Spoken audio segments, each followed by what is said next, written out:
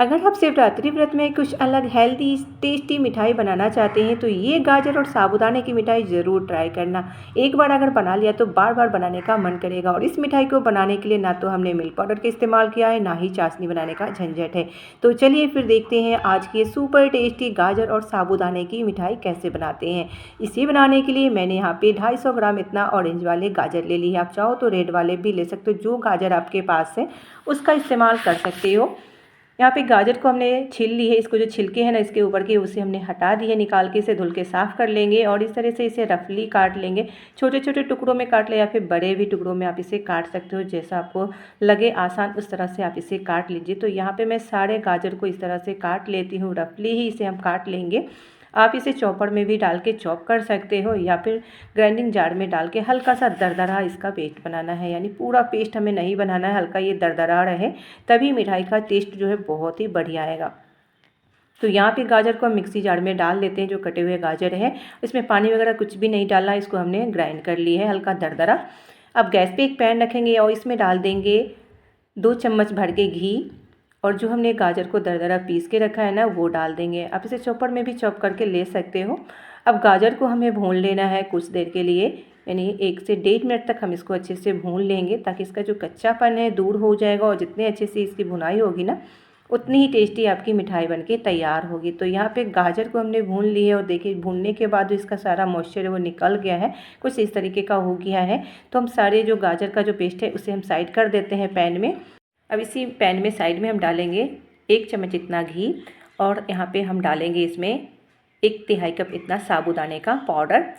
तो ये साबूदाने का पाउडर हमने पहले से ही बना के रखी है। तो इस तरह से साबूदाने को आप एक बार भून लीजिए अच्छे से लो फ्लेम पर।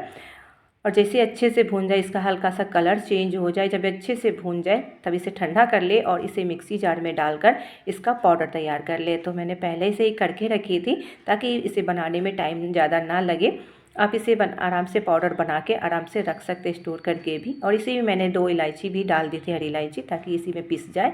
तो इसको हम भून लेंगे फिर से घी के साथ। ये पहले से भी भुना हुआ है लेकिन फिर से हम इसे भून लेंगे। जितने अच्छे से इसकी आप भुनाई करेंगे साबूदाने पाउडर की, उतनी ही बढ़िया आपकी मिठाई बनेगी, ये दांतों में चिपकेगी नहीं। तो इस तरह से हम इसको पाउडर को अच्छे से भून लेंगे। एकदम फाइन सा नहीं, हल्का ये दरदरा है, जैसे सूजी होती है ना, बिल्कुल वैसे ही ये पाउडर बनके तैयार है। तो पाउडर को हमने भून ली है। जब ये थोड़ी देर के लिए भून जाए ना, उसके बाद सारी चीज़ों को अच्छे से मिक्स करेंगे। जो गाजर का पेस्ट हमने भून रही थी ना उसको भी हम इसी में मिक्स कर लेंगे। और अब इसमें मैं ऐड कर रही हूँ यहाँ पे 1/4 कप इतना ही मावा। अगर आपके पास मावा है तो वो डाल दीजिए, नहीं है तो आप मिल्क पाउडर ऐड कर सकते हो। और साथ ही में मैंने 1/4 कप इतना चीनी डाल दी है। तो मीठा आप अपने अनुसार कम ज़्यादा कर सकते हो। अब अच्छे से इनको मिक्स करेंगे। गैस का फ्लेम यहाँ पे लो रखेंगे ताकि ये जले ना नीचे से, और अच्छे से इनको मिक्स करेंगे।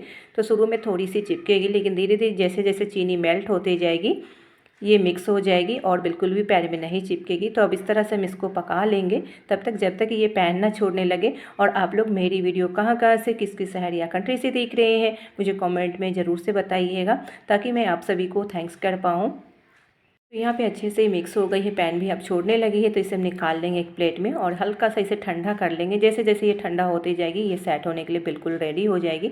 तो आप चाहो तो किसी भी मिठाई वाले ट्रे में आप इसे डाल के अच्छे से सेट करके इसकी बर्फ़ी की तरह कट भी कर सकते हो। तो जब ये ठंडा हो जाए तो मैंने इस तरह से एक डब्बी ले ली है इस तरह से, या फिर कोई भी छोटी कटोरी ले सकते हो या हाथों से भी बना सकते हो। इस तरह से इसमें डाल के और इस तरह से पलट देंगे तो एक शेप में सारी मिठाई बन के तैयार हो जाएगी। तो सभी को इसी तरीके से बना के तैयार कर लेंगे। और इसके ऊपर काजू बादाम जिससे भी आपको गार्निश करना है इसे गार्निश कर सकते हो। मैं इसे कद्दू के बीज से गार्निश की हूँ।